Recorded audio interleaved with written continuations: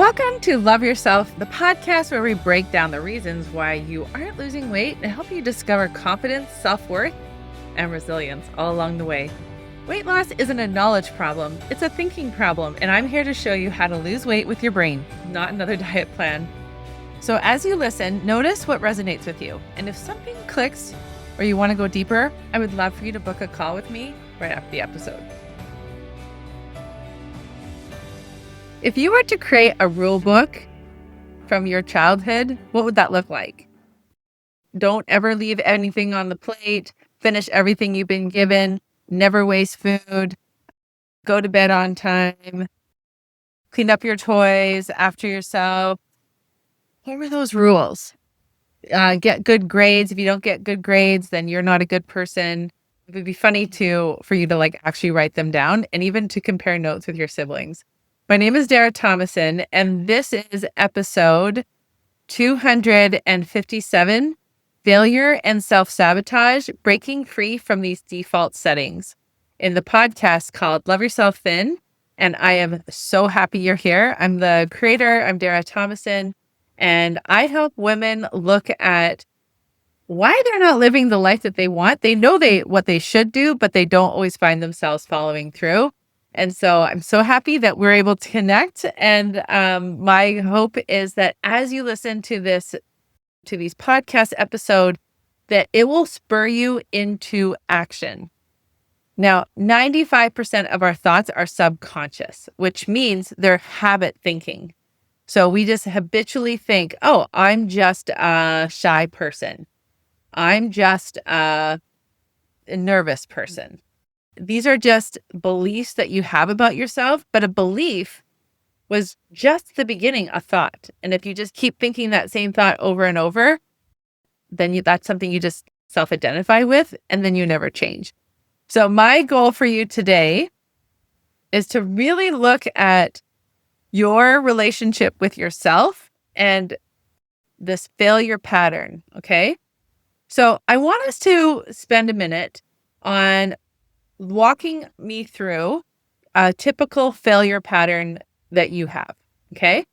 So let's look at it. Let's say you have a wedding you want to go to in the summer. And so you think, I've got to lose 15 pounds for this wedding. I want to be able to wear this dress. I want to be able to feel confident in those pictures. And I want to, when we're taking all those pictures, I want to know that when it's on the wall or when it's, on the fridge or whatever, wherever you put those pictures, or in the phone even, when you look at it, I want to feel proud of myself in that picture. Okay? How many of you can relate to this? This is a very common scenario. Last summer, my son got married, and I definitely had in my mind what size of dress I wanted to wear and definitely the number on the scale. Okay? I'm a normal human. Okay? I wanted to do my best. So there's nothing wrong with having that desire, okay? But my question is, what is the path to getting the result? What is your typical path? Is it restriction, a lot of willpower, a lot of negotiations, a lot of checking in with if it didn't quite meet what you wanted, there was a punishment involved? Was there a lot of scare tactics, like using a lot of, if you don't lose this by this much, you're not going to be able to enjoy this ice cream and whatever that is. Okay. I want you to you can even put me on pause for a minute. And I want you to think about, what is that pattern? And what do I typically do? Now, this is really important that you do this, because you, just like fingerprints, they're all unique and different. So because of your life experiences, because of the way that you interpret those life experiences, that creates your unique pattern. So you can talk to your siblings, even though you all grew up in the same house, usually with the same parents, you all have different ways of coping and doing things, because you are always interpreting your own life experience. Now, unless we actually go back into our life experience and into learning from ourselves, we're not going to be able to get transformation. We're not going to be able to make those changes that are required for permanent, healthy, permanent change. So this could look a little bit like reverse engineering. Okay. So a lot of times that's one of the strategies of, if you want to reach this goal, we have to reverse engineer, what was something that you accomplished that you feel really proud of? Okay, so how did that happen? And then we learn from ourselves. Because success leaves clues. So let's look at failure, because that's what today's topic is, failure and sabotage. So we want to break free from these default settings. What was taught to you about failure? What were the things? Were you told if you failed, you're not good enough? You have to work harder? I'm thinking of spelling tests, right? That's a great example. So what if you came home from school and you had a really good grade? What did you make that mean about you? What did that mean that how you perceived yourself, how your parents talked about you? I have one of my sons as my fourth son, and he got a really good mark on a math test. And as a joke, he's in grade 11. As a joke, he keeps putting that test back on the board. He's like, "See, Mom, I'm good enough." Right? And we just kind of laugh because with life coaching and all of that, his worth is already 100%. Now, if he wants to do really well in school, he has to learn how to play the game. He wants to be an engineer. So in order to be an engineer, you actually do have to do really well on your math test in high school so that you can qualify to get to the next step, right? It's all about playing the game. And what is that game? And so when you think about failing, and if you don't learn to play your own game, then you will never have success. So I'm going to give an example. Today on my group coaching call, we were talking about there's 3 things you have to do every day to lose weight and keep it off. One is to weigh yourself with love and compassion. And what do you do with that number on the scale? That's feedback. And I could do a whole topic on that. The second is to plan flour and sugar 24 hours in advance. So I'm not saying you can never eat sugar and flour again, but if you are constantly eating flour and sugar out of a reaction, that's going to cause you problems. So if you want to have the chocolate cake, if you want to have a chocolate bar, you can plan it 24 hours in advance, and then you can make that choice to eat it. Okay. And then the third step to permanent weight loss that you do every single day is to look at yourself naked in the mirror. So this is what I wanted to talk about. And so today I asked those on the call, I said, what is your success for weight loss? What are your rules for success? And then I jokingly said, well, I don't have a 6-pack. Does that mean I can't be a weight loss coach? And the thing is, I don't want a 6-pack. I don't think I need a 6-pack. I've had 5 babies, 6 pregnancies. Do I really need a 6-pack? I mean, I could figure it out. I could eat a little bit more. I don't know. What do you have to eat for a 6-pack? Like more chicken and rice and broccoli. And you have to do a lot of crunches and you have to do a lot of planks. Is that what you do for a 6-pack? Maybe. That's what I see on social media.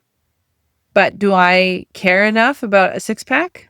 No, that's not really that important to me. I don't really need to show my stomach, and I don't feel like that is necessary. Now, yesterday I ran with my oldest son, and we ran 6 kilometers in 38 minutes.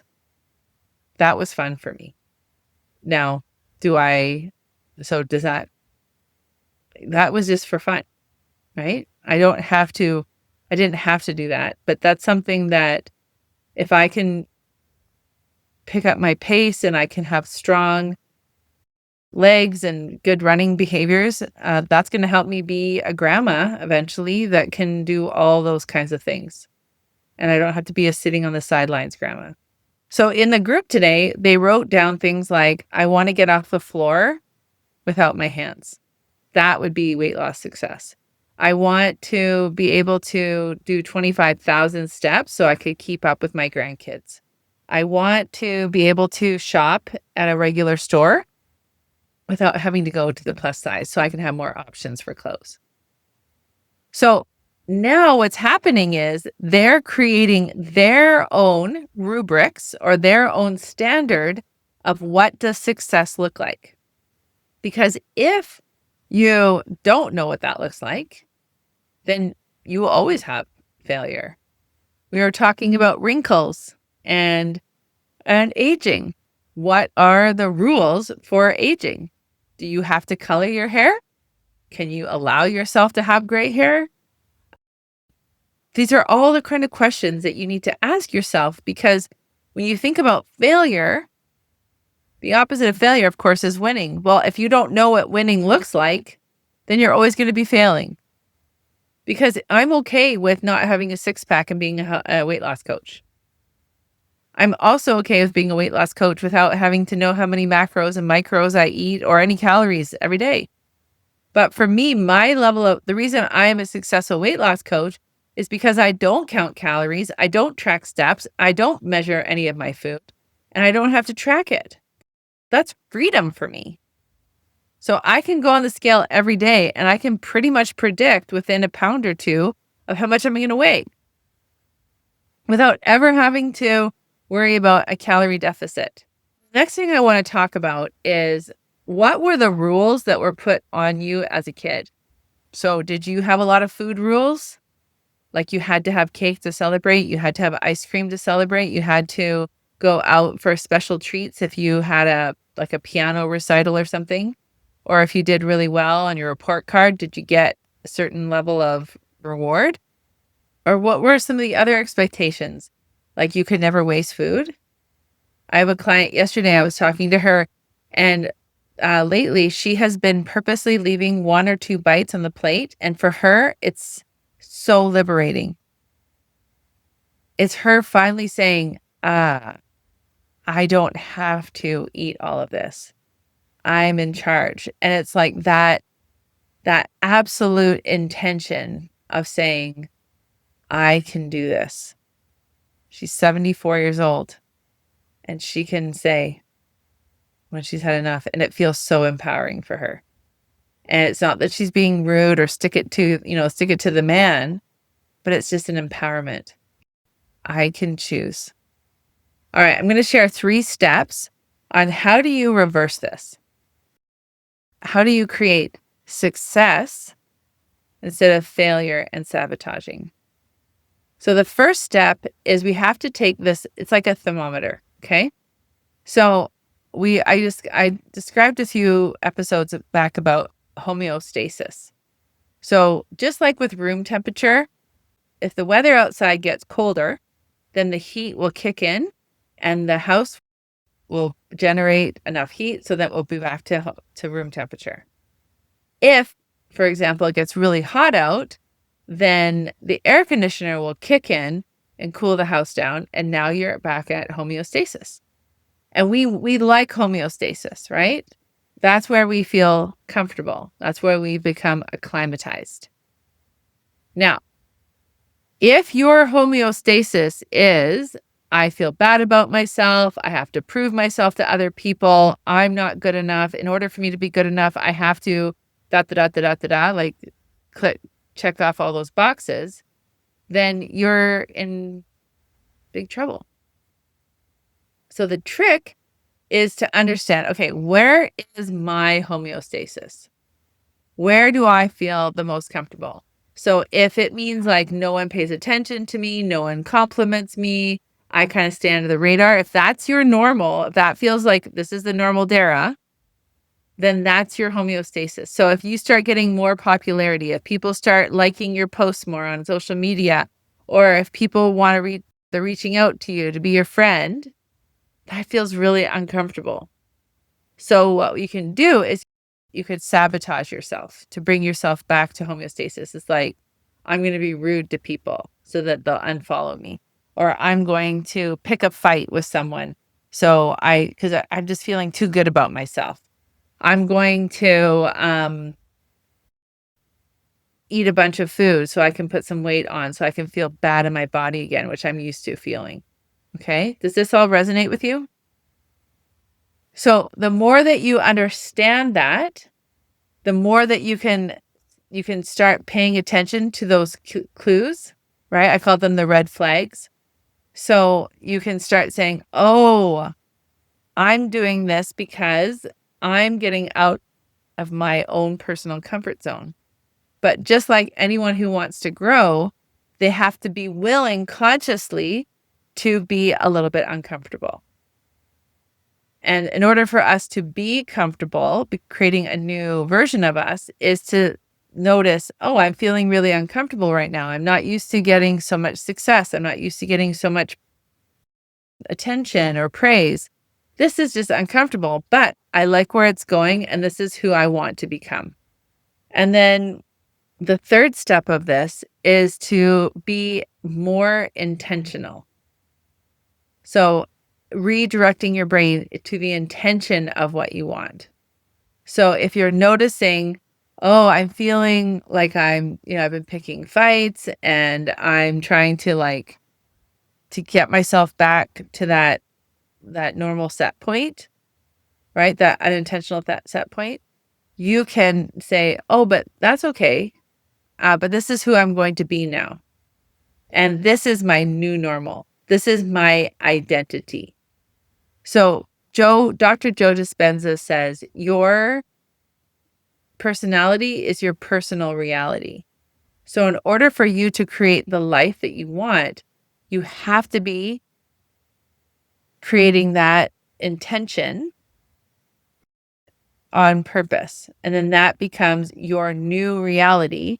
And that's your personality. Okay.